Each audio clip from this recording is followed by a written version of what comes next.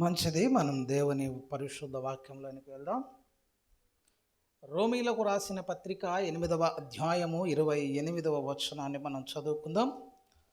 అపోస్తులైన పౌలు రోమీలకు రాసిన పత్రిక 8వ అధ్యాయము, దేవుని ప్రేమించు వారికి అనగా ఆయన సంకల్పము చొప్పున పిలువబడిన వారికి మేలు కలుగుటకై సమస్తము సమకూడి జరుగుచున్నవని ఎరుగుదుము. హల్లెలూయా. రోమీలకు రాసిన పత్రిక 8వ అధ్యాయం కొంచెం తగ్గించు. హల్లెలూయా. హల్లెలూయా. హల్లెలూయా. ఓకే. అపోస్తులైన పౌలు రోమీలకు రాసిన పత్రిక 8వ అధ్యాయం 28వ వచనములో, దేవుణ్ణి ప్రేమించు వారికి అనగా ఆయన సంకల్పం చొప్పున పిలువబడిన వారికి మేలు కలుగుటకై సమస్తము సమకూర్చబడి జరుగుచున్నవని ఎరుగుదుము. దేవుడు ఈ మాటలు మన వెనికిడిలో ఆశీర్వదించునుగాక. ఆమేన్. ప్రభువునందు నాకు అత్యంత ప్రియులారా, చదవబడినటువంటి లేఖన భాగములో పరిశుద్ధాత్మ దేవుడు ఒక ప్రాముఖ్యమైనటువంటి అంశాన్ని మనకు జ్ఞాపకము చేస్తూ ఉన్నాడు. దేవుడు మానవ జాతిని ప్రేమించాడు కాబట్టి తన ప్రియ కుమారుని ఈ లోకములోనికి పంపించాడు.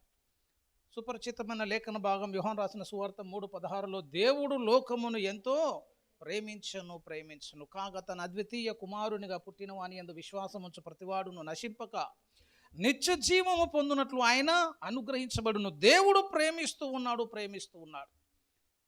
నీ నుంచి ఏ లాభము లేకపోయినా ప్రేమిస్తున్నాడు. స్వార్థము లేనటువంటి ప్రేమ. దేవుని ప్రేమకు ఒక పేరు పెడితే గ్రీకులు దాన్ని అగాపే అని అంటారు. అగాపే అంటే అర్థం ఏంటో తెలుసా? స్వార్థము లేని ప్రేమ, ఏమీ ఆశించని ప్రేమ, నీ నుంచి ఏమి కోరుకోని ప్రేమ. నిన్ను కాపాడాలన్నది ఒక్కటే దాని ఉద్దేశం ఉంటుంది కదా, దాంట్లో నీ నుంచి ఆశించేది ఏమి ఉండదు అసలు. అటువంటి దైవ ప్రేమ నీ పైన దేవుడు కనబరిచాడు. దానికి కృతజ్ఞతగా నీకోసం ప్రాణం ఇచ్చినందుకు, నిన్ను ప్రేమించినందుకు, ఆకాశ మహాకాశాలను దాటి దేవుడు ఈ లోకంలోనికి వచ్చినందుకు, తల్లిని తండ్రిని విడిచినందుకు, మహిమను విడిచినందుకు, రిక్తునిగా దేవుడు ఈ లోకంలోనికి ప్రవేశించి దాసుని స్వరూపాన్ని ధరించి 33.5 సంవత్సరాల వేదనకరమైన జీవితం తర్వాత శిలువ యజ్ఞం ఇవన్నీ జరిగించి దేవుడు నీ ఎడల తన ప్రేమను కనబరిచాడు. ఇదే ప్రేమ అంటే.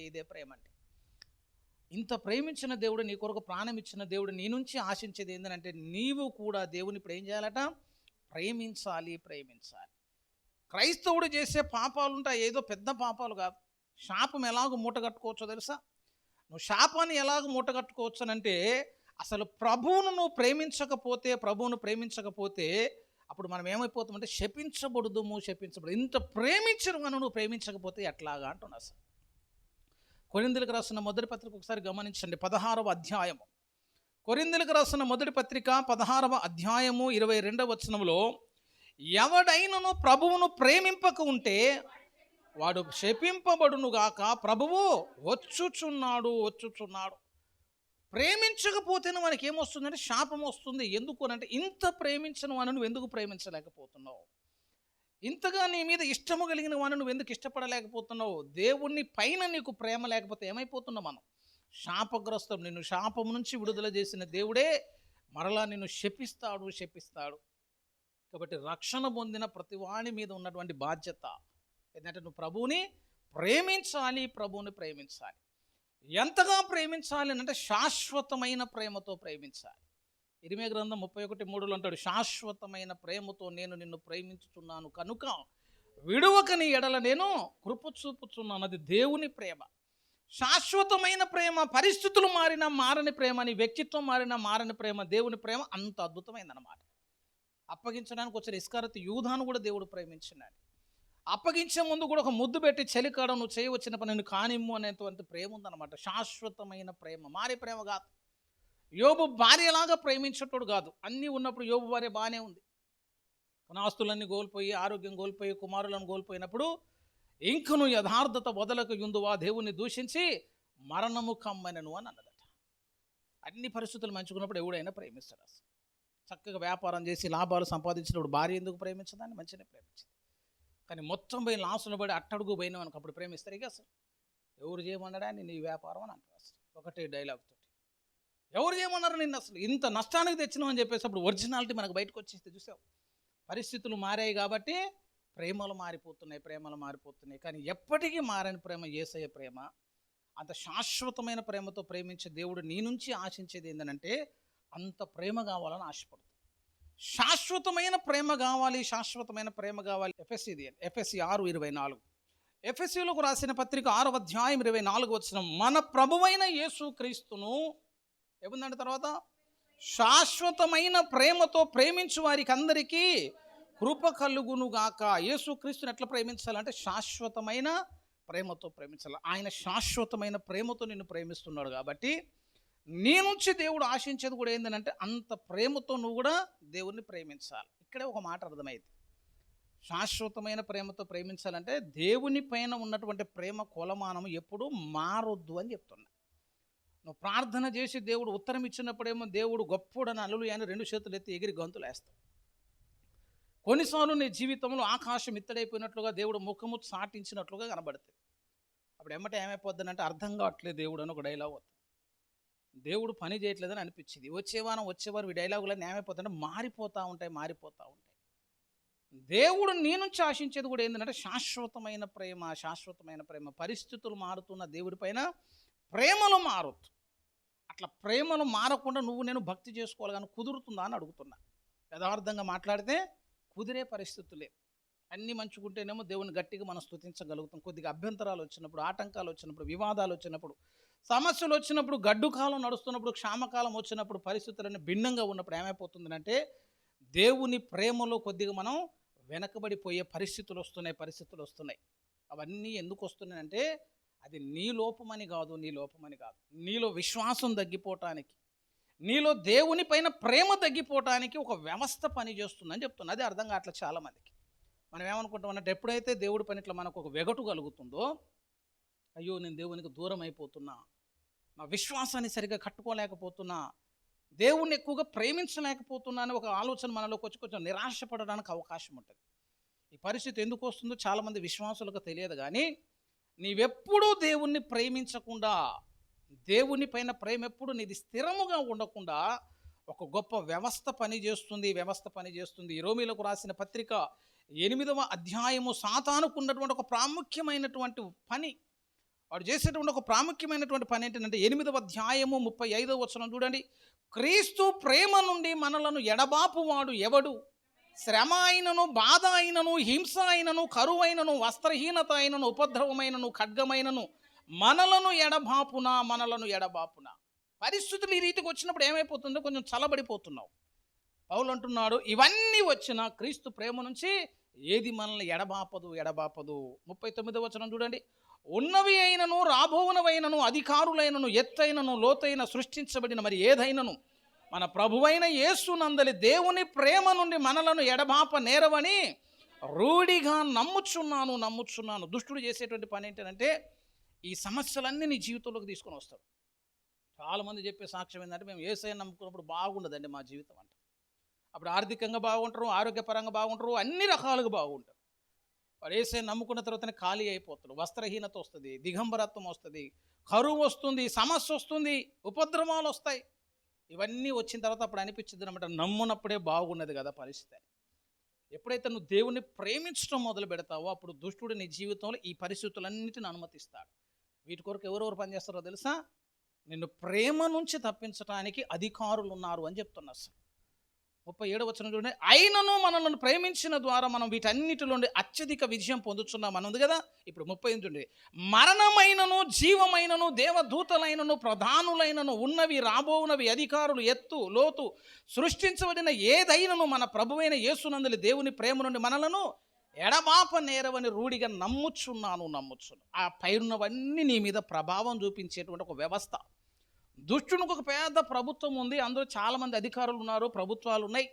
వారందరి యొక్క దృష్టి, వారందరి యొక్క కార్యకలాపాల్లో ముఖ్య ఎజెండా ఏంటంటే to cast out from the God's love అని చెప్తాను. దేవుని ప్రేమ నుంచి నిన్ను తప్పించాలి. అలా తప్పించాలి అంటే వీని జీవితంలో ఏం చేస్తే తప్పించబడతాడు? వాడు బాగా దేన్ని ప్రేమిస్తున్నాడో దాన్ని దూరం చేస్తారు. అక్కర కలిగేది ఒక దాన్ని తెస్తాడు, అది అందకుండా చేస్తాడు. ఇట్లాంటి పరిస్థితులు వచ్చినప్పుడు చిన్నగా ఏమైపోతుంది? విశ్వాసము సన్నగిల్లిపోతుంది. అప్పటిదాకా మంచి ఉంటే ఆరోగ్యం పోతూ ఉంటుంది, అప్పటిదాకా మంచి ఉంటే పరిస్థితులు మారిపోతూ ఉంటాయి. ఆ పరిస్థితులు మారుతున్న కొద్దీ, ఆ వ్యవస్థ నీ పైన పనిచేస్తున్న కొద్దీ నీ ప్రేమ చల్లారిపోయే స్థితి వస్తూ ఉంటుంది చూసావు. అప్పుడు చిన్న చిన్నగా ప్రేమలు చల్లారి చల్లారి ప్రభు నుంచి నువ్వు ఏమైపోవటానికి అవకాశం ఉంటుందిగా, దూరం అయిపోవటానికి అవకాశం ఉంటుంది. శాశ్వతమైన ప్రేమతో నేను ఎందుకు ప్రేమించమన్నాడు అంటే, ప్రేమించకపోతే నువ్వు శాపగ్రస్తుడు అయిపోతావు. శాశ్వతమైన ప్రేమతో ప్రేమించకపోతే క్రీస్తు నుంచి దూరం అయిపోతావు. అటువంటి పరిస్థితులు రాకుండా అంత గొప్ప వ్యక్తులు నీకు వ్యతిరేకంగా పనిచేస్తున్నా. నీ జీవితంలోకి వచ్చే సమస్యలు కానీ, నీవు ఎదుర్కొనేటువంటి కష్టాలు కానీ, దేవుడు నీకు అనుమతించినటువంటి శోధనలు కానీ, ఇవన్నీ ఏంటంటే ప్రేమను కొలవటానికి దేవుడు తీసుకున్నటువంటి ఒక చక్కని సాధనము మారతాయి. అట్లా మారినప్పుడు కూడా చక్కగా ఒక మాట అనాలి. యోబు ఒక మాట అన్నాడు, యెహోవా ఇచ్చును యెహోవా తీసుకొనను, దేవుని నామానికి మహిమ కలుగును గాక అన్నట్టు. అంతే. అసలు వచ్చినప్పుడు ఏమి ఎగిరి పడలేదు, పోయినప్పుడు ఏమి బాధపడలేదు. ఇచ్చినోడు నువ్వే, ఇప్పుడు తీసుకున్నోడు నువ్వే. అసలు ఏమి లేనప్పుడు ఇచ్చినందుకు దేవుని స్తుతించను, మళ్ళీ అదే స్థితికి తీసుకుపోయినందుకు కూడా దేవుని స్తుతిస్తున్నాడు. చక్కని మాట అనగలగొద్దని ఎంత ప్రేమ ఉండాలి దేవుని పైన మాట అనగలగాలంటే. అబ్రహామును ఇస్సాకును అడిగినప్పుడు కూడా దేవుడు అంతే స్తుతించనని చెప్తున్నాడు. అసలు ఏం పెద్దగా ఫీల్ కాలి, ఇచ్చినప్పుడు కుమారుని తీసుకున్నాడు. కానీ దేవుడు అడగగానే దేవుడి పైన కోపం రాలే. ఆ దేవుడి పైన ఎంత ప్రేమ ఉందంటే కన్న కుమారుని కూడా దేవునికి అర్పించేంత ప్రేమ ఉందన్నమాట. ప్రాణము పెట్టేంత ప్రేమ భక్తులు చూపించారు. ఆయన ప్రేమ ముందు నువ్వు ఏం పెట్టినా కూడా సమానంగా. జాన్ సి పేట అని చెప్పేసి ఒక మంచి దైవచనుడు, ఆయన చక్కగా సేవ చేయడానికి మనం స్థలాలు చూసుకుంటాం. సేవకుడు స్థలానికి అనుకూలమైనటువంటి స్థలం ఏంటంటే సెంటర్లో ఉండాలి. డిస్టిక్ సెంటర్లో, స్టేట్ సెంటర్లో ఉంటే మస్తు పరిచయం జరిగింది. మనమేమో ఈ ప్లేసులు ఎత్తుక్కుంటా ఉంటాం. అసలు మనం ఇట్లాంటి ప్లేసులు ఎత్తుకుంటుంటే పాతకాలపు మిషనరీలు ఏం ఎత్తుకునేటో తెలుసా, బాగా ట్రైబ్ ఏరియా ఎక్కడ ఉంటుంది, అరణ్య ప్రాంతాలు ఎక్కడ ఉంటాయి, ఆటవిక ప్రజలు ఎక్కడ ఉంటారు, మాంత్రికులు ఎక్కడ ఉంటారు, వెలివేయబడ్డ వాళ్ళు ఎక్కడ ఉంటారు చూసి అక్కడికి పోయేవాళ్ళు. జాన్జీపేటకు దేవుడు పరిచయం చేయమని చెప్పినప్పుడు ఎక్కడికి వెళ్తావా అంటే, నేను నరమాంస భక్షకుల మధ్యలోకి పోతానన్నాడట. పోతారు ఎవడు అన్నాడికి. మనమైతే అసలు దేవుడు బలవంతంగా తోసిన మళ్ళీ తెల్లారా వచ్చేస్తాం. అసలు నరమాంస భక్షకులకు పోతానని వాళ్ళ ఇంటి వాళ్ళకి చెప్తే చాలా కంగారు పడ్డాడు. ఎట్లా పోతావు బిడ్డ, ఆడిదాకా ఎందుకురా, ఈ స్థలంలో చేసుకో, మనకు మంచి సర్కిల్ ఉంది, ఇక్కడ చాలామంది జనాలు వస్తారు, గొప్ప పరిచయం జరుగుతుందని ఎంతమంది వాదించినా కూడా వినలే. ఆ స్థలానికి వెళ్ళి నేను దేవునికి గొప్ప సేవ చేస్తానని మాట్లాడిండట. అప్పుడు వాళ్ళందరట మిత్రులు, శ్రేయభిలాషులు, ఆ స్థలంలోనికి వెళ్ళి నువ్వు సువార్త చెప్పిన మరుక్షణం నిన్ను చంపి తినేస్తారని చెప్పిండట. నరమాంస భక్షకులు కదా, వాళ్ళ భాష నీకు అర్థం కాదు, నువ్వు మాట్లాడేది వాళ్ళకి అర్థం కాదు, కనిపించగానే వాళ్ళకి ఆహారం దొరికినట్టు అనిపించింది, వెంటనే చంపేస్తారు, తినేస్తారు, అక్కడతో నీ జీవితం అయిపోతుంది అన్నప్పుడు ఆయన ఒక మాట చెప్పాడట, ఎలాగూ చనిపోయిన తర్వాత ఈ దేహాన్ని తీసిపోయి సమాధిలో పెట్టేస్తారు కదా, పూర్తి చేస్తారు కదా, పూర్తి చేసిన తర్వాత కూడా ఏం తింటే మనల్ని పురుగులే తినేస్తాయి. పురుగులు, ఆ క్రిములు అవన్నీ తినేస్తాయి. చచ్చిపోయిన తర్వాత తినే పురుగులు ఉన్నాయి కదా, అదేదో ప్రభు కొరకు నేను బ్రతుకున్నప్పుడే వాళ్ళకి ఆహారం అయ్యి నేను ఒకసారి సువార్త ప్రకటిస్తే వచ్చే నష్టమేముంది అని చెప్పిండట. అసలు ఎందుకు అంత గొప్ప మాట అనగలుగుతున్నావు అంటే ప్రేమించునని చెప్తున్నా. అసలు ఆయన నా కొరకు ప్రేమించి ప్రాణం ఇచ్చాడు, అన్నీ వదులుకొని వచ్చి నా కోసం ప్రాణం పెట్టాడు కదా, అటువంటి దేవుని కొరకు నేను ఇది చేయడం పెద్ద సాక్ష్యమేం కాదు, ఇది పెద్ద త్యాగం కాదని మాట్లాడగలగాలి. ప్రేమించిన వానికి రోషం వస్తుందని చెప్తున్నాం. ప్రేమించిన వాడు అన్నింటిని విడిచిపెట్టగలుగుతాడు. దేవుని కంటే ఎక్కువగా దేన్ని చూడలేడు. రక్షణ పొందావంటే అర్థం ఏంటంటే ఒక మాట నువ్వు అనగలగాలి. ఆ సభలో ఒక మాట చెప్పాలి, నీవు నాకుండగా ఈ లోకములో నాకేదియో అక్కరలేదు అనగలిగినంత నిశ్చయిత రావాలి. ప్రేమలో మార్పులు లేనప్పుడు ఈ స్థితి వస్తుంది, కానీ దుష్టుడికి అది నచ్చదండి. అసలు దేవుని ప్రేమను ఎవడు ఆర్పలేడండి. పరమగీత గ్రంథం ఒకసారి చూడండి. పరమగీత గ్రంథంలో చూస్తే అసలు దేవుడు నిన్ను ఎంత ప్రేమిస్తున్నాడు అని చెప్పడానికి సిలువ ఒకటి మనకు కనిపిస్తుంది. దాంతోపాటు ఆయన ప్రేమ విధానాన్ని చూడటానికి 8వ అధ్యాయం ఒకసారి చూడండి. 6 ప్రేమ మరణమంత బలమైనది, ఈర్ష్య పాతాళమంత కఠోరమైనది, దాని జ్వాలలు అగ్నిజ్వాల సమములు, అది యెహోవా పుట్టించు జ్వాల, నీ హృదయం మీద నన్ను నామాక్షరముగా ఉంచుము, నీ భుజమునకు నామాక్షరముగా నన్ను ఉంచుము, అగాధ సముద్ర జలము ప్రేమను ఆర్పచాలదు. సముద్ర అగాధములను జలాలన్నీ తెచ్చి ఆర్పినా కూడా దేవుని యొక్క ప్రేమ జ్వాలనేది ఎప్పటి కూడా ఆరిపోదు. అంత ఆరని అగ్ని జ్వాలలాగా దేవుడు నిన్ను ప్రేమించడం మొదలుపెట్టాడు. సమస్య ఎక్కడ వస్తుందో తెలుసా, అట్నుంచి ప్రేమ బాగానే వస్తుంది, కానీ ఇట్నుంచి ఆరిపోతుంది. అసలు పరిస్థితులను బట్టి మారిపోతున్న ప్రేమ కాదు దేవుడు కోరుకునేది. ఏ పరిస్థితుల్లో ఉన్నా కూడా అట్లా స్తుతించగలిగిన మనసు రావాలి. ఎందుకు ఆ మాట చెప్తున్నానంటే, రక్షణ పొందినవాడు, ప్రభు సంకల్పములు ఉన్నవాడు, దేవుణ్ణి ప్రేమించేవాడు ఎప్పుడు కూడా కదలొద్దు, స్థిరంగా ఉండాలి. ఇప్పుడు రోమా 8:20 మూలవాక్యం చదువుకున్నాం చూసావు. అందులో ఉన్న మాట ఏంటో తెలుసా, దేవుణ్ణి ప్రేమించు వారికి అనగా ఆయన సంకల్పము చొప్పున పిలువబడిన వారికి మేలు కలుగుటకై సమస్తము సమకూర్చబడి జరుగుచున్నవని. కింద ఫుట్నోట్లో ఏముందో తెలుసా? కింద ఫుట్నోట్ కూడా ఒకసారి చదవండి. సమస్తము సమకూర్చబడి, ఫుట్నోట్ కదా, జరిగించుచున్నాడని. విశ్వాసి, సంకల్పంలో ఉన్నవాడు, దేవుణ్ణి ప్రేమించమని లైఫ్ ఎట్లుంటుందో తెలుసా? సమస్తము దేవుడు జరిగించుచున్నాడు. ఈ పరిస్థితి వస్తే ఇట్లా ఉండాలి, ఈ పరిస్థితి వస్తే ఇట్లా ఉండాలి, ఈ శోధన ఇక్కడ రావాలి, ఈ కష్టం అక్కడ రావాలి, ఇంత కన్నీరు కావాలి అనుకోకుండా యాక్సిడెంటల్గా ఆధ్యాత్మిక జీవితం జరగట్లేదు. దేవుణ్ణి ప్రేమించేవాని జీవితంలో సమస్తము కూడా ఎట్లా జరుగుతుందని అంటే సమకూర్చబడి, ఒక ప్లాన్ వేసినట్టు. ఇల్లు కడితే ఎంత బ్లూ ప్రింట్ ఉంటుందో, ఇంకేదైనా పెద్ద వ్యవస్థ చేస్తే ఎట్లయితే బ్లూ ప్రింట్ వేస్తామో ఆ పద్ధతి ప్రకారం, ఒక లెక్క ప్రకారం, ఒక కొలత ప్రకారం, ఒక కొలమానం ప్రకారం దేవుడు వాటన్నిటిని సిద్ధపరిచి సమకూర్చి జాగ్రత్తగా నీ కొరకు జరిగిస్తున్నాడు. అనుకోకుండా జరగట్లేదని చెప్తున్నాను. దేవుణ్ణి ప్రేమించవాని జీవితంలో ఏ కార్యము కూడా అనుకోకుండా జరగదు. నువ్వు అనుకోకపోవచ్చు, కానీ దేవుడు ఒక ప్లాన్ ప్రకారం వీటన్నిటిని సమస్తమును సమకూర్చి జరిగించుచున్నాడని ఎరుగుదు. చదువు అంతా అయిపోయిన తర్వాత సేవ చేద్దామని అనుకునేసరికి అప్పటికి పెళ్ళి అయిపోయింది. అప్పటికంటే ముందు నుంచి ఒక 3 సంవత్సరాలు సేవ చేసిన. పెళ్ళి అయిపోయి నేను ఆదిలాబాద్లో 2 సంవత్సరాలు ఉన్నా. ఆదిలాబాద్లో 2 సంవత్సరాలు ఏం పని లేదు. అసలు బయటికి పోదామంటే ఉడి తెలియదు. నాకేం సేవ చేయాలని ఆశ ఉండబట్టి 2 సంవత్సరాలు ఇంట్లోనే కూర్చుంది. అసలు ఇంట్లోనే కూర్చొని ఆదివారం ఒక్కసారి బయటికి వెళ్ళేది. ఇక 2 సంవత్సరాలు అనుకునే తొందరగా పంపిస్తే పోయి ఏడో ఒకసారి సేవ చేస్తా కదా. ఆదివారాలు పోతున్నాయి, మీటింగ్లు పోతున్నాయి, అన్నీ పోతున్నాయి అని చెప్పేసి ఫుల్ బాధ ఉండేది. ఆ 2 ఇయర్స్ అక్కడ ఎందుకు ఉంచినామో మనకు అర్థం కాకపోయా. అసలు 2 సంవత్సరాలు ఉత్తగా ఆడున్నామని ఫుల్ బాధపడ్డా. ఆ 2 సంవత్సరాల్లో వేదాలు చదివిన, ఆ 2 సంవత్సరాలను ఖురాన్ చదివిన, ఆ 2 సంవత్సరాల బైబిల్ 3 సార్లు చదివిన, ఆ 2 సంవత్సరాలు మొత్తం సిద్ధపడ్డా. అసలు అప్పుడు అంత రెస్ట్ ఎందుకు ఉంది ప్రభా అని అర్థం కాక చాలాసార్లు అనుకున్నాం. బయటికి వెళ్తే అయిపోద్దిగా, ట్రాన్స్ఫర్ అయితే అయిపోద్దిగా, మళ్ళీ ఇందులో ఎందుకు అయిపోద్దిగా, మళ్ళీ సేవలో తిరగవచ్చు కదా, నిన్ను అనుకున్నాం కదా. ఆ 2 సంవత్సరాలు ఒక్కసారి బయటకు వచ్చినాం అంతే. బయటకు వచ్చిన తర్వాత ఈ రోజు దాకా ఇప్పటిదాకా కూడా కరెక్ట్గా ఒక దగ్గర కాలు నిలిచింది లేదు. ఆ 2 సంవత్సరాలు ఖాళీగా ఎందుకున్నావా అని అనుకున్నాం, కానీ ఆ పోవుడుతో ఇప్పుడు 10 సంవత్సరాల కాటారంలో ఉన్నాయి. అసలు నాకు బస్సు ఎక్కువ పడదు, మొత్తం బస్సులోనే ఉన్నా. ఎండ ఎక్కువ పడదు, అయినా మొత్తం ఎండలోనే తిరుగుతూ ఉండబట్టి. ఎందుకు వచ్చినావు ప్రభు అంటే 2 సంవత్సరాలు సిద్ధపరిచేటువంటి కాలం అని చెప్తాను. అసలు ఆ 2 సంవత్సరాలు లేవు అనుకో సేవ కూడా చేయలేను. అసలు అంత చదువుకుని ఎవరు లేరు కదా, ఆడికి పోతామండి అసలు తెలవనూరికి. అసలు పొద్దునకి అంత టిఫిన్ చేసి కూర్చున్నట్టు ఇక చదువుకోవటమే పని అంటే. వాళ్ళ అమ్మగారు వచ్చేదాకా ఇంకేం పని ఉండక, పిల్లలు కూడా లేరు. ఆమె డ్యూటీ చేసుకోవటం, నేను ఇంటికి వచ్చి చదువుకోవటం, ఏమైనా గిన్నెలు ఉంటే గడుక్కోవటం, మళ్ళీ వండుకోవటం, తింటే పండుకోవటం, మళ్ళీ చదువుకోవటం. 2 సంవత్సరాలు చికాకులు వేసింది. అసలు ఇది ఎక్కడ చేయాలి?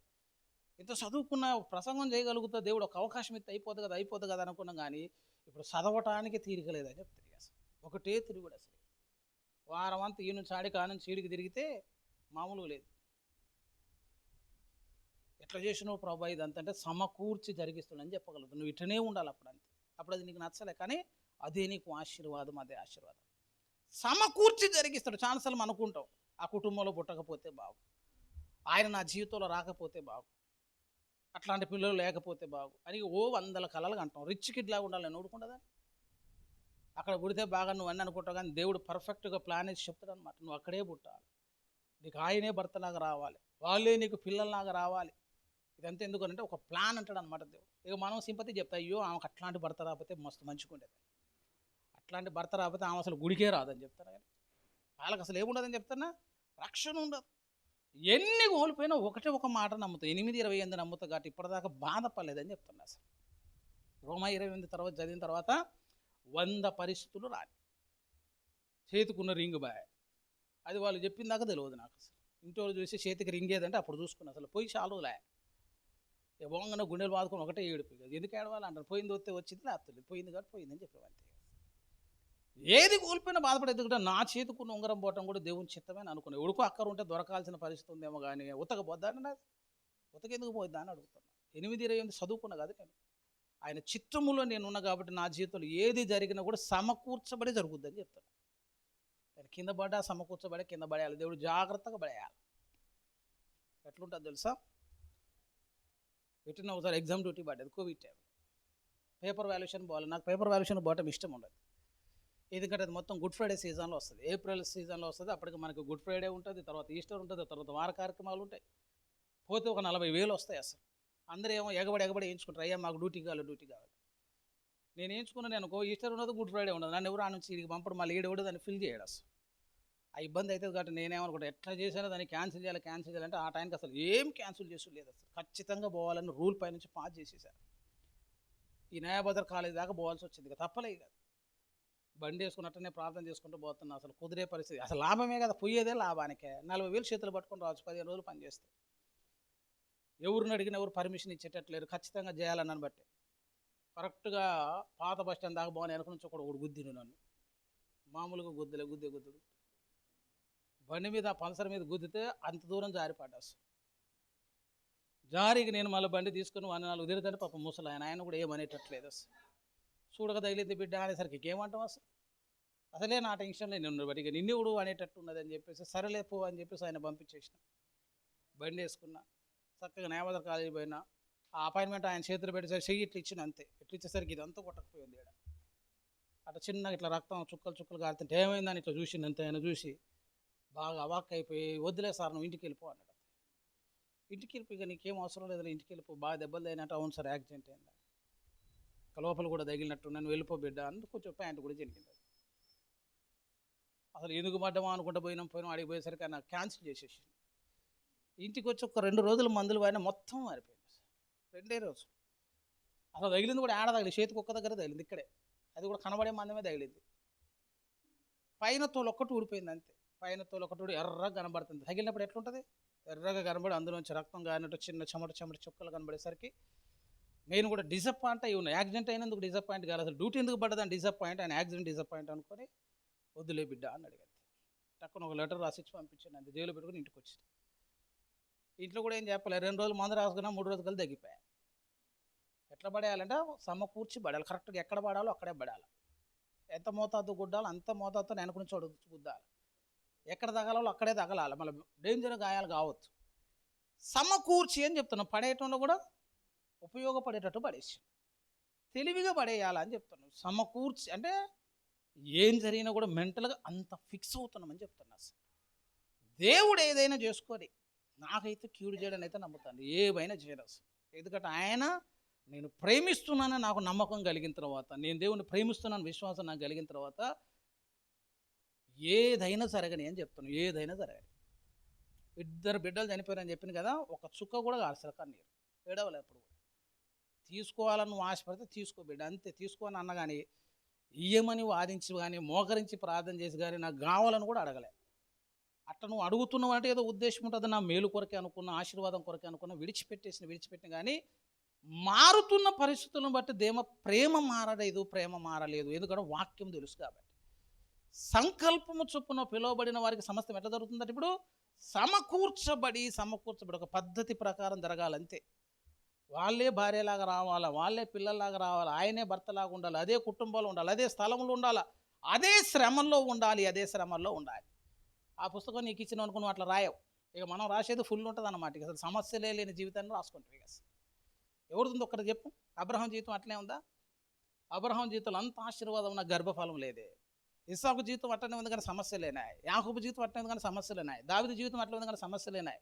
పౌలు జీవితం అట్లే ఉంది, సమస్యలేనాయి. నీకు ఆశీర్వాదకరంగా ఉన్నవాని జీవితం ఎవరిదుందా అని అడుగుతున్నా. పౌలు నమ్మిండు, సమస్తము సమకూర్చబడి జరుగుతుంది. సమస్యలు వచ్చినా అదే నమ్మిండు, ఆశీర్వాదం వచ్చినా అదే నమ్మిండు. అట్లా నువ్వు నమ్మగలగాలి. అన్ని పరిస్థితుల్లో నువ్వు దేవుని చిత్తములో ఉన్నావు. అట్లా చిత్తములో ఉండి నమ్మి ధైర్యం ఎందుకు వస్తుందో తెలుసా? ఎందుకు వస్తుందనంటే ఆయనను ప్రేమించేవానికి ఆయన ఆశీర్వాదం ఇస్తాడు. కొరింథీయులకు రాసిన మొదటి పత్రిక మీరు ఒకసారి గమనిస్తే, కొరింథీయులకు రాసిన మొదటి పత్రిక మీరు ఒకసారి గమనించినట్లయితే 2వ అధ్యాయము 9వ వచనం, ఇందును గూర్చి దేవుడు తనను ప్రేమించు వారి కొరకు ఏవి సిద్ధపరిచనో అవి కంటికి కనబడలేదు, చెవికి వినబడలేదు, మనుష్య హృదయమునకు గోచరము కాలేదని రాయబడి ఉన్నది. మనకైతే దేవుడు వాటిని తన ఆత్మ వలన బయలుపరిచి ఉన్నాడు. అందరిలాగా జీవితం లేదండి, అందరికీ తెలియట్లే దేవుడు ఏం చేస్తున్నాడో తెలియట్లే. నీ కొరకు దేవుడు చాలా సిద్ధపరిచిండాడు. ప్రేమించే వారి కొరకు సిద్ధపరిచాడు. అవి కంటికి కనిపించట్లేదు, హృదయానికి గోచరం కావట్లేదు. అసలు ఏ స్థితిలో ఉన్నాయంటే అవి చెవికి కూడా వినపడట్లే. నీ కొరకు దేవుడు దాచి ఉంచిన స్వాస్థ్యం, నీ కొరకు దేవుడు సిద్ధపరిచినటువంటి స్వాస్థ్యము నువ్వు చూసింది కాదు, నువ్వు విన్నది కాదు, నీ హృదయానికి అర్థమయ్యేది కాదు. కానీ పౌలు అంటున్నాడు, మనకైతే అవన్నీ దేవుడు ఆత్మ వలన బయలుపరిచి ఉన్నాడు, అందుకు నేను కథలను అంటాడు పౌలు. అసలు స్థిరంగా ఎందుకుంటావు పౌలు అని అంటే, ఇప్పుడు ఎన్ని సమస్యలు వస్తున్నా దాన్ని అనుకున్నటువంటి స్వాస్థ్యమును నేను చూస్తున్నా, దాన్ని అనుకున్నటువంటి ఆశీర్వాదమును చూస్తున్నా అని పౌలు భక్తుడు సాక్ష్యం ఇవ్వగలుగుతాడు. అట్లా వ్యక్తిత్వాన్ని కట్టుకోవాలని చెప్తాను. భక్తి కట్టుకుంటే అట్లా కట్టుకోవాలి. కానీ మనం లాస్ట్ కేసే డైలాగ్ ఏం తెలుసా, 2024 కలిసి రాలేదేగా, మరి 23 బాగా కలిసి వచ్చినట్టుంది. 23 ఏం ఏడవలే మరి. ఏ సంవత్సరం కలిసి వచ్చేది ఏముండదండి. ఏ సంవత్సరం కలిసి వచ్చినా కలిసి రాకపోయినా ఏసే నీతో కలిసి ఉన్నాడో లేదో చూడొద్దు. అసలు సంకల్పం చొప్పున పిలువబడ్డావు, దేవుడు నీకు సమస్తాన్ని సమకూరుస్తున్నాడు. అట్లా స్థిరమైనటువంటి సియోను కొండలాగా కదలకుండా ఎవరైతే ఉంటారో వారిని బట్టి దేవుడు సంతోషిస్తాడు అని చెప్తున్నా. అసలు అట్లాంటి దానికి ఇప్పుడు చక్కని ఉదాహరణ చెప్పి నేను ముగించేస్తాను. దేవుని చిత్తములో దేవుణ్ణి ప్రేమించేవాని జీవితంలో ఎదురయ్యే సమస్యలు, దేవుడు నిన్ను చెక్కుకోవడానికి ఇష్టపడ్డప్పుడు ఆ చెక్కడపు పనులు నీకు ఎన్ని గాయాలు అవుతాయి, ఎటువంటి పరిస్థితులు వస్తాయి, ఆ పరిస్థితులన్నిటిలో కూడా నువ్వు ఓపికగా ఉంటే, ధైర్యముగా ఉంటే, నిరీక్షణతో ఉంటే, మారని ప్రేమతో దేవుణ్ణి ప్రేమిస్తూ ఉంటే నీ చివరి మధ్యలో ఎట్లుంటుందో తెలుసా? ఎంత అద్భుతంగా ఉంటుందంటే అంత అద్భుతంగా ఉంటుంది. అదే మాట ఇప్పుడు ఒకసారి చూపిస్తా. యోసేపు జీవితాన్ని ఏ భక్తుడి చరిత్ర అని చెప్పవచ్చు సార్. అబ్రహాం చరిత్ర చెప్పిన మనకు అట్లనే ఉంటుంది. ఇప్పుడు ఇస్సాకు చరిత్ర చెప్పిన అట్లనే ఉంటుంది. మీకు అర్థం కావాలి కాబట్టి యోసేపు చరిత్ర చెప్తున్నాం. యోసేపు జీవితంలో దేవుడిచ్చినటువంటి ఒక అద్భుతమైనటువంటి దర్శనం ఉంది. 3 లెక్కలు చెప్తే అర్థం చేసుకొని జరా. ఒకటి 17, రెండోది 30, మూడోది 110. 3 కదా, 3 చెప్పిన. ఒకటి 17 చెప్పిన, 30 చెప్పిన, తర్వాత 110. ఈ 3 ఏంటంటే 17 ఏండ్ల ఈడు గలవాడు అనేటి యోసేపు చరిత్ర మనకు ఆరంభం అవుతుంది అనమాట. ఆ 37, 39 అధ్యాయాల్లో యోసేపును మనకు ప్రారంభం చేసేటప్పుడు అతడు 17 సంవత్సరాల వయసు. అతడు చెరసాలలో నుంచి యోసేపు దగ్గర ఫరో దగ్గర నిలవబడ్డప్పుడు అతని వయసు 30 సంవత్సరాలు. తర్వాత ఆయన చనిపోయినప్పుడు ఆయన వయసు 110 సంవత్సరాలు. 13 సంవత్సరాల ప్రయాస, 13 సంవత్సరాల శోధన, 13 సంవత్సరాల శ్రమ కొలిమి 80 సంవత్సరాల తిరుగులేని దీవెనలోనికి నడిపించింది ఆయన. మామూలు విషయం కాదు. అది చూడండి ఒకసారి. యోసేపు జీవితాన్ని మీరు ఒకసారి పరిశీలన చేస్తే అతడు దేవుణ్ణి ప్రేమించేవాడు, అతడు దేవుని యొక్క చిత్తములో, దేవుని యొక్క సంకల్పంలో ఉన్నటువంటి వాడు. 37వ అధ్యాయము ఆదికాండము 2వ వచనం చదవండి అబ్బా. 37:2.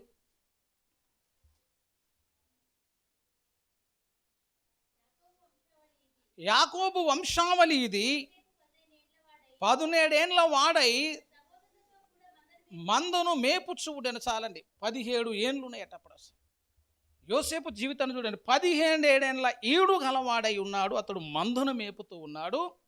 ఆ మందను మేపుతూ ఉన్నప్పుడు ఆ 15 ఏండ్ల యవ్వనస్తుని బట్టి దేవుడికి ఉన్నటువంటి అద్భుతమైనటువంటి ప్రణాళిక ఏంటో తెలుసా? అద్భుతమైనటువంటి దర్శనం ఏంటంటే 37వ అధ్యాయాన్ని మీరు ఒకసారి గమనిస్తే 37వ అధ్యాయములో ఆయనకు వచ్చినటువంటి దర్శనము చూడండి. 9. అతడు ఇంకొక కల కని తన సహోదరులకు తెలియజేసి, ఇదిగో నేను మరి ఒక కల కంటిని, అందులో సూర్య చంద్రులను 11 నక్షత్రములు నాకు సాగిల పడినని చెప్పాను. పైనేమో పనలు ఉన్నాయి. ఒక కల వచ్చింది, ఆ పనలన్నీ కూడా ఈయనకు సాష్టాంగ పడ్డట్టు చెప్పాడు. మళ్ళీ ఒక కల వచ్చింది, సూర్యచంద్రులు 11 నక్షత్రాలు కూడా సాగిల పడుతున్నాయని ఒక మంచి దర్శనాన్ని చెప్పాడు. ఒకసారి వచ్చిన దర్శనం కాదు, 2 సార్లు వచ్చిందట. పనలతోటి ఒకసారి వచ్చింది, నక్షత్రము సూర్యచంద్ర నక్షత్రాలతోటి రెండవసారి వచ్చింది. ప్రతిసారి కూడా అవి సాష్టాంగ పడుతున్నట్లు కనిపించినాయి. 15 ఏండ్ల ఈడు కలిగిన యోసేపుకు దేవుడిచ్చినటువంటి ఒక చక్కని దర్శనం, వాడుకునేటువంటి భవిష్యత్తు ప్రణాళిక అది. దేవుని చిత్తములో ఉన్నాడు కాబట్టి ఆ వచ్చినటువంటి దర్శనాన్ని సహోదరులు చెప్తే సహోదరులు ఏం చేశారట? ఆయనకి పేరు పెట్టినట్టు. అతడు అసూయపడి కలలు కనువాడు అని పేరు పెట్టారు. రెండోది ఏంటో తెలుసా? అసలు ఆయన మీద బాగా అసూయపడ్డారు. ఒకసారి ఈ మాట చూడండి. 37వ అధ్యాయంలో 10. అతడు తన తండ్రితోనూ తన సహోదరులతోనూ అది తెలియజెప్పినప్పుడు అతని తండ్రి అతనితో, నీవు ఈ కల ఏమిటి? నేనుయు తల్లియు నీ సహోదరులు నిశ్చయముగా వచ్చి నీకు సాష్టాంగ పడదుమా అని అతన్ని గద్దించను. యాకోబు ఏం చేసిండట? గద్దించను అనే మాట కనిపిస్తుంది. పైకే గద్దించిండు కానీ ఏం చేసిండో తెలుసా? చివరి వచ్చిన చూడండి 11లో, అతని సహోదరులు అతని యందు అసూయపడిరి, అతని తండ్రి ఆ మాటను జ్ఞాపకం ఉంచుకొనెను. మనసులో పెట్టుకున్నాడట. ఏందిరా బాబు ఈ మాట అంటావా అని చెప్పేసి సహోదరుల ముందు గద్దించాడు. సహోదరులేమో అసూయపడ్డారు కానీ ఆయన మాత్రం ఆ మాటలను తన హృదయమందు జ్ఞాపకం ఉంచుకొని. ఇప్పుడు చెప్పండి, ఆ గొప్ప దర్శనము యోసేపు జీవితంలో నెరవేరాలి అని అంటే యోసేపు యాకోబు దగ్గర పెరగొద్దండి. యోసేపు ఆ దేశంలో ఉండొద్దు. యోసేపు ఆ పరిస్థితుల్లో పెరగొద్దు. ఆ గొప్ప దర్శనం నెరవేరాలి అని అంటే అది దేవుని సంకల్పం అయితే, దేవుని చిత్తం అయితే ఇప్పుడు ఏం చేస్తాడో తెలుసా దేవుడు? ఆయన ముందు అక్కడ నుంచి సపరేట్ చేయాలి. యాకోబు ఉన్నంత వరకు యోసేపుకు బాధ్యత తెలవదండి. యోసేపు చిన్నోడి రాజయ్యే అవకాశం ఉండదు. ఆ గొప్ప దర్శనం నెరవేరటానికి దేవుడు అక్కడి నుంచి సమకూర్చి పని చేయటం మొదలుపెట్టి ఏం పని చేసిండో తెలుసా? మొట్టమొదటి పని, ఆ 15 ఏళ్ళ ఈడు గలవాన్ని సహోదరుల దిశపై ఏం చేశారట? నీళ్లు లేని బావిలో వేశారు. 37వ అధ్యాయాన్ని మీరు ఒకసారి గమనించినట్లయితే 37వ అధ్యాయము 18 చూడండి. అతడు దగ్గరకు రాక మునుపు వారు దూరము నుండి అతన్ని చూచి అతని చంపుటకు దురాలోచన చేసిన వారు, ఇదిగో ఈ కలలు కనువాడు వచ్చుచున్నాడు, వీని చంపి ఇక్కడున్న ఒక గుంటలో పారవేసి దుష్ట మృగము వీని తినివేసినని చెప్పుదుము. అప్పుడు వీని కలలేమగునో చూతుము రండి అని ఒకరితో ఒకడు మాటలాడుకొనిరి. ఇంత అసూయపడటానికి కారణం ఏంటో తెలుసా? ఇంత అసూయపడటానికి కారణం ఏంటంటే వీడు చిన్నోడే. యోసేపు అప్పుడు ఉన్నటువంటి 11 మందిలో చిన్నవాడైపోయాడు. చిన్నవాని మీద సహజంగా ప్రేమ ఉన్నట్లుగానే యాకోబుకు చిన్నవాని మీద ప్రేమ ఒక మంచి అంగీని గుట్టించాడట. ఒక చక్కని ఒక అంగీని కూడా గుట్టించాడు. మీరు 37వ అధ్యాయాన్ని గమనిస్తే 3వ వచనం, యోసేపు ఇశ్రాయేలు వృద్ధాప్యం ముందు పుట్టిన కుమారుడు గనక తన కుమారులందరికంటే ఎక్కువగా అతన్ని ప్రేమించి విచిత్రమైన నిలువుటంగిని కుట్టించను. అతని సహోదరులు తమ తండ్రి తమ అందరికంటే ఎక్కువగా ప్రేమించడం చూసినప్పుడు అతని మీద పగబట్టి అతని క్షేమ సమాచారం ఏమైనాను అడగలేకపోయిరి. ఆ పరిస్థితి అట్లుంది. సహోదరులకే దేశం కలిగేటట్లుంది. రెండోది ఏంటంటే వాళ్ళు ఏం చేస్తున్నా వచ్చి తండ్రికి చెప్పేటువంటి వాడు. సహోదరులకు చాలా కోపం వచ్చి చంపాలి అన్నంత కోపం వచ్చిందట. ఆ కోపంలో భాగంగా చేసినటువంటిది ఏంటంటే 24 చూడండి, అతనిని పట్టుకొని ఆ గుంటలో పడదోసిరి. ఆ గుంట వట్టిది, అందులో నీళ్లు లేవు. నాకు ఒకసారి చెప్పండి, 11 మంది చేరి ఆ చిన్నోని పట్టుకొని చంపేద్దామని ఆలోచన చేసి నీళ్లు లేని గుంటలో వేసి అమాయకంగా ఉన్నటువంటి పిల్లవాని జీవితంలో జరుగుతున్న పరిస్థితులన్నింటిని చూస్తే యోసేపు హృదయం ఎంత గాయపడుతుంది చెప్పండి. అసలు పెద్దోళ్ళు ఈ చిన్నోనికి చేసేటువంటి కార్యం అట్లుంది. అసలు గుంటలో పడద్రోసి అసలు వాళ్ళందరూ వచ్చి నన్ను చంపడానికి ప్రయత్నం చేస్తుంటే అసలు ఆలోచన ఎట్లా ఉంటుంది? అన్నలే కదా, ఇంత అసహ్యమైన కార్యం, ఏమైన కార్యం ఎట్లా చేస్తున్నా చాలా వేదన పడరండి. అంత పరిస్థితి జరుగుతుంది. తర్వాత అమ్మి వేసినటువంటి కార్యం 28, మిథ్యానీయులైన వర్తకులు ఆ మీదుగా వెలుచుట వారు ఆ గుంటలో నుండి యోసేపును పైకి తీసి ఇష్మాయేలీలకు 20 తులముల వెండికి అతన్ని అమ్మి వేసిరి. వారు యోసేపును ఐగుప్తునకు తీసుకొని పోయారు. ఇప్పుడు చూడండి, కనాను దేశంలో ఉండాల్సిన వాడు ఇప్పుడు ఎక్కడికి వచ్చేసిండు? ఐగుప్తు దేశానికి వచ్చేసిండు. ఎందుకనంటే ఆ సూర్యచంద్రుల దర్శనం ఏం కావాలి? ఇప్పుడు నెరవేరాలి. అది నెరవేరాలంటే కనానులో ఉంటే నెరవేరదు, యాకోబుతో ఉంటే నెరవేరదు, సహోదరులతో ఉంటే నెరవేరదు, ఇంట్లో ఉంటే నెరవేరదు. దాన్ని నెరవేర్చడానికి దేవుడిగా సమకూర్చబడి పని చేయటం మొదలుపెట్టాడు. ఎక్కడికి తీసుకొచ్చాడంటే ఐగుప్తుకు తోడుకొని పోయాడు. ఐగుప్తులో దాసునిగా అమ్మబడ్డాడు. హృదయములో ఒక గాయం, ప్రేమించిన తండ్రి దూరం అయిపోయాడు. తోడబుట్టినటువంటి సహోదరులందరూ దేశించి వదిలేసుకున్నారు. మిథ్యానీయులకు వర్తకానికి అమ్మివేయబడ్డాడు. ఐగుప్తునకు చేరాడు. ఐగుప్తులో దాసుడిగా అమ్మబడ్డాడట.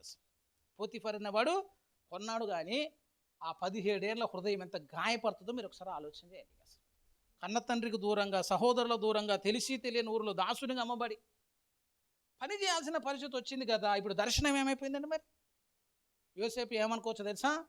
ఈ దర్శనం అన్నోళ్ళు చెప్పినట్టు ఉత్త దర్శనమే అనుకుంటా. అసలు రాజు అయితాననేమో దర్శనంలో కనపడ్డది. సాష్టాంగ పడతారు అని అంటే రాజు అన్నమాట. రాజులాగా దేవుడు చేస్తానంటే ఈయన ఇప్పుడు ఎక్కడికి పోయింది? ఇప్పుడు దాసుడిలాగా పోయింది. అసలు అమ్మబడ్డాడు, దాసుడిలాగా అమ్మబడ్డాడు. అసలు టాలీ అవుతుంది ఏమన్నా? కొన్ని వారాలు, సంవత్సరాలు గడిచిపోతున్నాయి. 17 కాస్త 18 అవుతుంది. 18లో దర్శనం ఏమైపోయిందంటే ఏం లేదు సార్, దర్శనం కంప్లీట్ ఆపోజిట్ అయింది. అసలు రాజు అయితానన్నాడు, ఇంట్లో పనుడిలాగా చేరింది. అసలు పనులన్నీ చేసుకుంటూ పోతున్నాడు. పరిస్థితి తర్వాత పరిస్థితి, సమస్య తర్వాత సమస్య, చెరసాల్లోకి వెళ్ళిపోయాడు.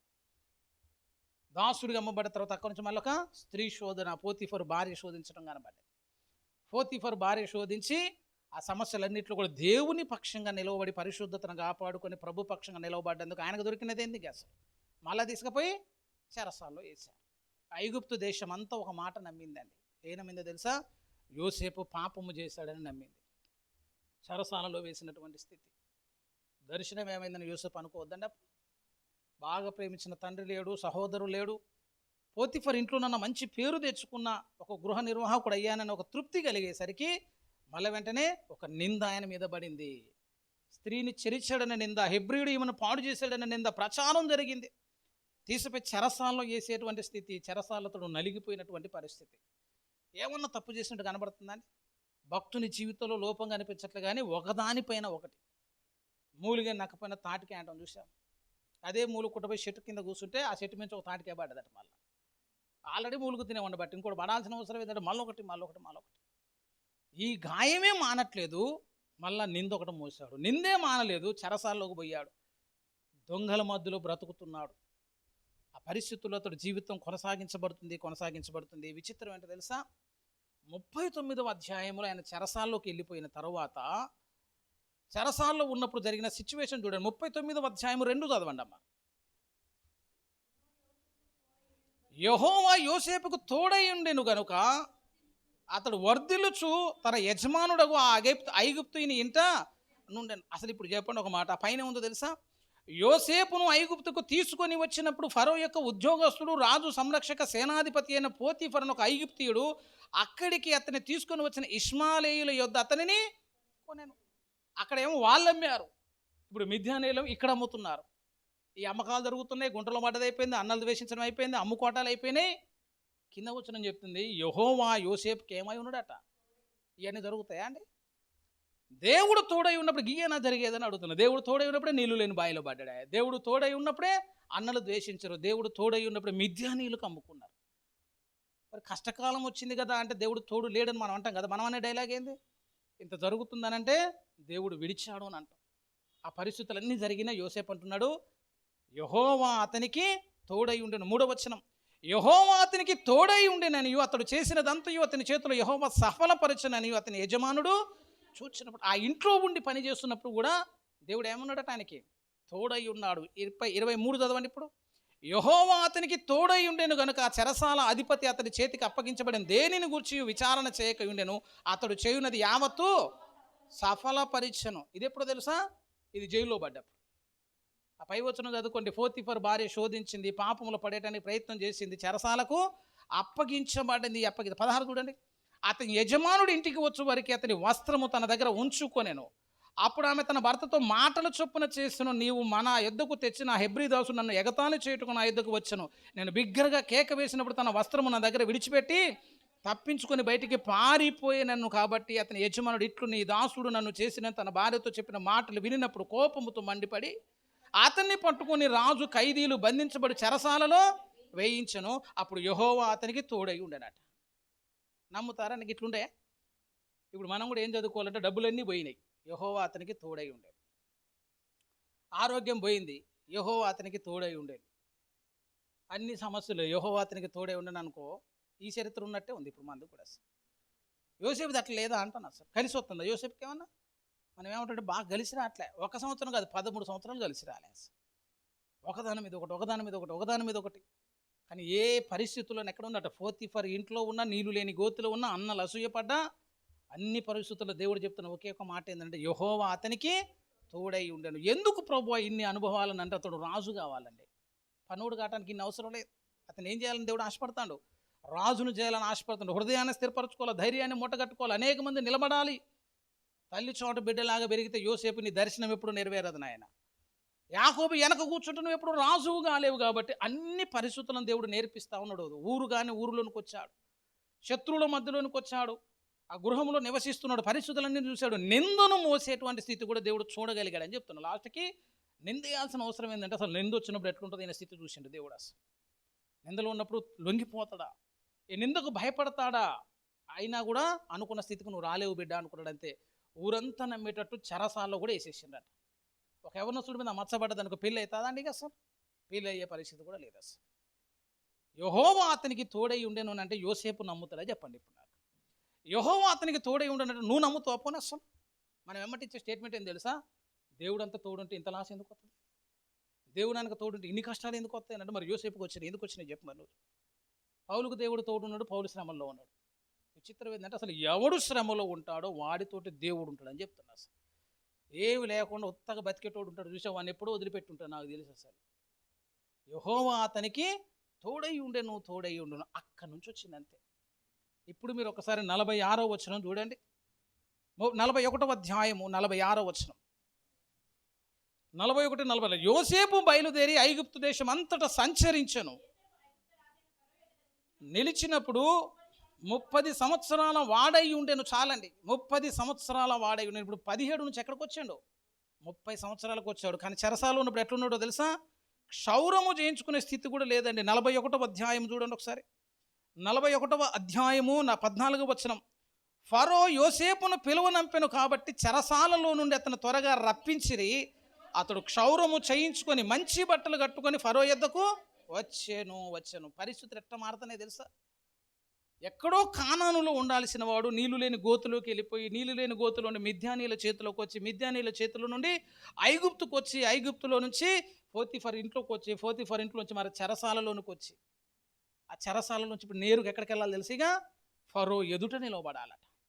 ఎవడు తీసుకుపోతాడు? ఎవడు తెలిసినో లేడు కదా అంటే ఆ చెరసాల దగ్గర నుంచే సమాచారం వచ్చింది అంతే. అసలు కొన్నిసార్లు ప్రయత్నం చేశాడు యోసేపు కూడా, బయటికి వెళ్ళడానికి ప్రయత్నం చేసి పానదాయకుల అధికారిని, భక్షకారుల అధికారితో మాట్లాడగానే వాళ్ళు కూడా మర్చిపోయిండట. 13 సంవత్సరాల శ్రమలో ఉన్నాడు, 13 సంవత్సరాలు నలిగిపోయిండు, 13 సంవత్సరాలు ఇబ్బంది పడ్డాడు. మంచి బట్టలేవు, చెరసాల్లో ఉన్నాడు, జైల్లో ఉన్నాడు, శత్రువుల మధ్యలో ఉన్నాడు, దొంగల మధ్యలో ఉన్నాడు. కానీ దేవుడు విడిచిపెట్టలేదని చెప్తున్నాను. ఎందుకు విడిచిపెట్టలేదు తెలుసా? యోసేపు కూడా దేవుని విడిచిపెట్టలేదని చెప్తున్నా. అన్ని సమస్యలు వస్తానా యాకోబు హృదయంలో దర్శనాన్ని జ్ఞాపకం చేసుకున్నట్లు యోసేపు కూడా దర్శనాన్ని గట్టిగా పట్టుకొని ఉన్నాడు అంతే. అసలు అక్కడ నుంచి ఒక్క పిలుపు వచ్చింది అంతే. నేరుగా ఎక్కడికి వెళ్ళిందో తెలుసా? క్షౌరము చేయించుకొని మంచి బట్టలు కట్టుకొని ఫరో ఎదుట నిలవబడెను. అప్పుడు ఏజ్ 30 సంవత్సరాలు వచ్చింది అంతే. 13 సంవత్సరాల ఈ శ్రమ జీవితం అంతటికి ఒక ముగింపు వచ్చేసింది. అక్కడ నుంచి చూస్తే 80 సంవత్సరాలు తిరుగు లేకుండా ఐగుప్తును పరిపాలన చేశాడు. ఆ 80 సంవత్సరాల పరిపాలనలోనే సహోదరులందరూ చేంజ్ చేశారు. ఇక సాష్టాంగ పడిన కార్యము జరిగింది. ఇది కాదు విజయం అంటే. దేవుడు సమస్తము సమకూర్చి జరిగించాడంటే ఇట్లా జాతర అని చెప్తున్నా. సార్ నువ్వు రాజువు కావాలంటే అక్కడ ఉంటే కావు బిడ్డ, ఈ చెరసాల కావాలి, పరిస్థితులు కావాలి, అన్ని రుచి చూడాలి. అన్నిటి నుంచి దేవుడు ఒక వడ్రంగి ఒక శిల్పాన్ని ఎట్లయితే చెక్కుతాడు, శిల్పకారుడు శిల్పాన్ని చెక్కినట్టు, ఒక వడ్లవాడు ఒక మంచి వస్తువుని చెక్కుతున్నట్లు, ఒక చిత్రకారుడు చక్కని చిత్రాన్ని వేసినట్టు, ఎక్కడ మలుపులు తిప్పాలో అక్కడ మలుపులు తిప్పుతాడు, ఎక్కడ కొద్దిగా గరుకు ఉంచాలో అక్కడ గరుకు ఉంచింది, ఎక్కడ సున్నితంగా ఉండాలి అక్కడ సున్నితంగా ఉంచాలి. అన్ని అనుభవాలు తిప్పి యోసేపుకి ఆ దర్శనము నెరవేరేటట్లు దేవుడు కృప చూపించాడని చెప్తున్నారు. నింద ఏమైపోయిందని అనొచ్చు. నిందించబడ్డాడుగా. విచిత్రం ఏంటో తెలుసా?